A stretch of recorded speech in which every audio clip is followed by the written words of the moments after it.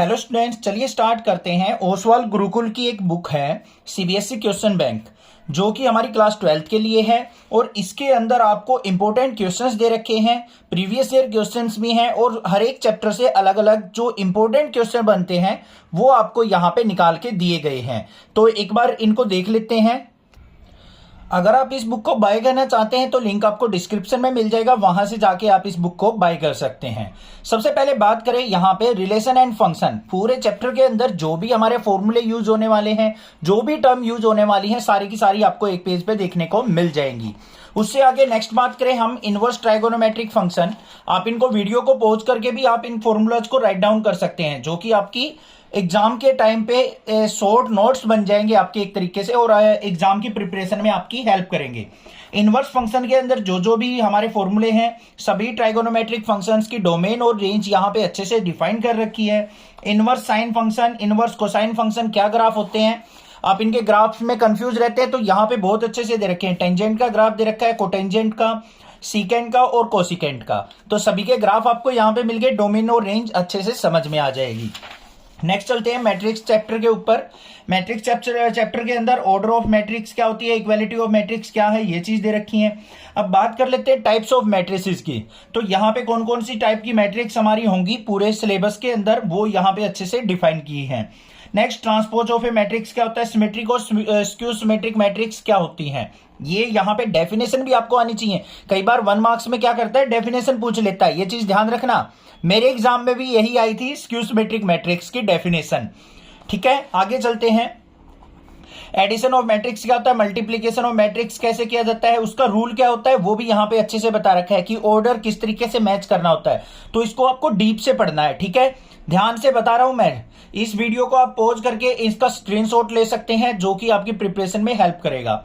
आगे multiplication of matrix bye scalar से करनी है तो किस तरीके से की जाएगी। अब बात करते हैं यहाँ पे प्रॉपर्टीज की। प्रॉपर्टीज क्या है, यहाँ पे कम्यूटेटिव लॉ क्या होता है, एसोसिएटिव लॉ क्या होता है, एडिटिव आइडेंटिटी क्या है, एडिटिव इनवर्स क्या होता है, किस तरीके से फाइंड आउट होता है, वो दे रखा है। आगे बात करते हैं properties of multiplication of matrix. अब मल्टीप्लिकेशन किस तरीके से परफॉर्म होगी मैट्रिक्स की, वो देखो यहाँ पे। एसोसिएटिव लॉ कैसे यूज होगा, डिस्ट्रीब्यूटिव लॉ किस तरीके से यूज होगा, A into B plus C equal to किसके होगा, A B plus A C के। एग्जिस्टेंस ऑफ मल्टीप्लिकेटिव आइडेंटिटी की एग्जिस्ट करती है या नहीं, वो इस कंडीशन से देखेंगे। Matrix multiplication is not commutative. यहां पे ध्यान से देखो कि मैट्रिक्स के अंदर अगर मल्टीप्लाई करते हैं ना, वो कभी भी कम्यूटेटिव नहीं होती है, ये चीज ध्यान देना, इंपॉर्टेंट पॉइंट है।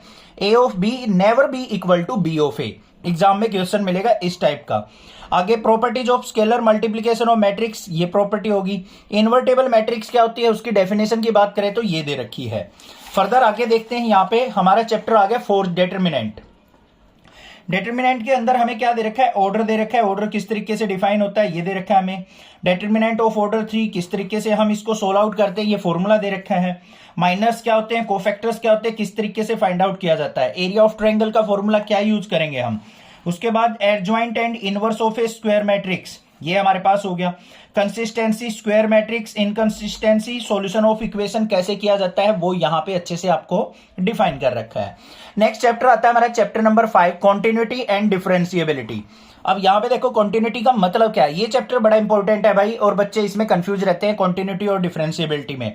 ये हमारी कॉन्टिन्यूटी की डेफिनेशन दे रखी है, किस तरीके से हम कॉन्टिन्यूटी को चेक करते हैं किसी भी फंक्शन की।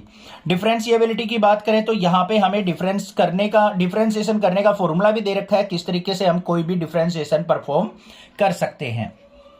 नेक्स्ट चेन रूल क्या होता है, हम किस तरीके से u इंटू वी का फॉर्मूला लगाते हैं, वो यहाँ पे अच्छे से दे रखा है हमें। Derivative of inverse trigonometric function, important, most important, mark कर लो। साइन इनवर्स का डेरिवेटिव, कोस इनवर्स का, टेन इनवर्स का, कोट इनवर्स का, सीकेंट का और कोसिकेंट का। और ये याद करने बहुत ही सिंपल होते हैं, और एग्जाम के अंदर यही चीजें आपका टाइम बचाती हैं, और यही चीजें जिसको आती है ना, वही क्वेश्चंस को पार ले जाता है। अब यहां पे देखो साइन इनवर्स का और कोस इनवर्स का सेम फॉर्मूला होगा, बस साइन का डिफरेंस, साइन में पॉजिटिव है, कोस में नेगेटिव। टेन और कोट का सेम होगा, टेन में पॉजिटिव, कोट में नेगेटिव। ऐसे ही सीकेंट और कोसिकेंट का सेम होगा, बट यहां पे कोसिकेंट में नेगेटिव। बस ये चीज ध्यान रखनी है आपको। आगे चलते हैं, derivative of functions expressed in the parametric forms. ये इस तरीके से हम यहाँ पे दो फंक्शन दे रखे हैं, तो dy बाय dx कैसे निकाल सकते हैं, दोनों के डेरिवेटिव को डिवाइड करके। आगे चलते हैं। सेकंड ऑर्डर डेरिवेटिव क्या होता है कि एक बार हम किसी का डेरिवेटिव करते हैं तो dy बाई डी एक्स निकलता है, दोबारा डेरिवेटिव करेंगे तो D square Y by D X square form हो जाएगा। तो ये हो गया हमारे पास second order derivative. Next chapter की बात कर लेते हैं, एप्लीकेशन ऑफ डेरिवेटिव। तो एप्लीकेशन ऑफ डेरिवेटिव के अंदर क्या है, rate of change of bodies. कोई भी बॉडी है जो मूव कर रही है टाइम के साथ, उसको हम क्या करेंगे, यहाँ पे rate of change of bodies निकाल सकते हैं।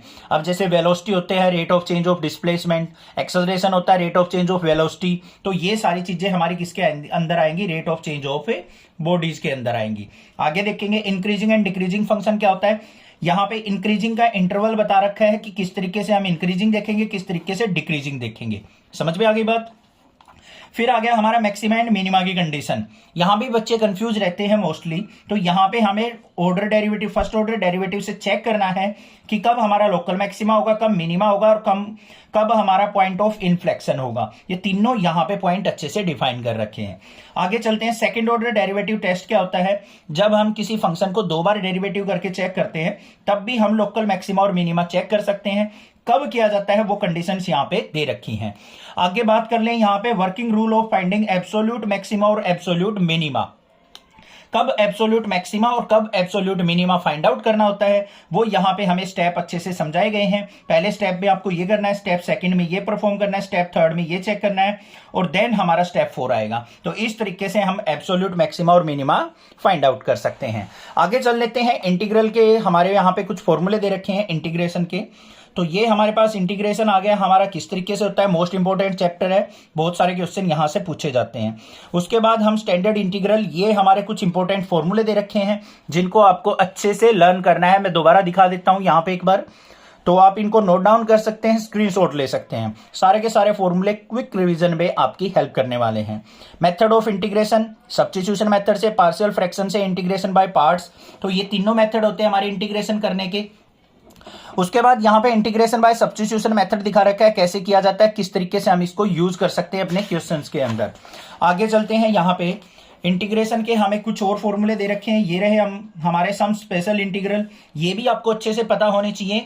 एक ही पेज पे मैं सारी चीजें दिखा रहा हूं, बहुत अच्छी वीडियो, ठीक है। चैनल को सब्सक्राइब जरूर करना, वीडियो को लाइक और कमेंट जरूर करना। पार्शियल फ्रैक्शन और इंटीग्रेशन बाय पार्ट्स किस तरीके से किया जाता है, पार्शियल फ्रैक्शन को कैसे यूज करते हैं, कौन कौन सी कंडीशन में कैसे कैसे उसको डिवाइड किया जाता है। इंटीग्रेशन बाय पार्ट हम किस तरीके से परफॉर्म करेंगे। यहां पे आइलेट का फॉर्मूला आपको यूज करना है। आइलेट्स मतलब क्या है, पहले इनवर्स फंक्शन आता है, फिर लॉगरिथमिक, फिर एल्जेब्रिक, फिर ट्राइगोनोमेट्रिक, फिर एक्सपोनेंशियल। यहां पे कुछ हमें थ्योरम दे रखे हैं और ये स्टैंडर्ड इंटीग्रल और दे रखे हैं लिमिट्स की फॉर्म में। Equation of definite integral by substitution, तो ये भी हमें अच्छे से यहां पे टर्म्स को पढ़ लेना है, आपके एग्जाम में बहुत ज्यादा हेल्प करेंगे।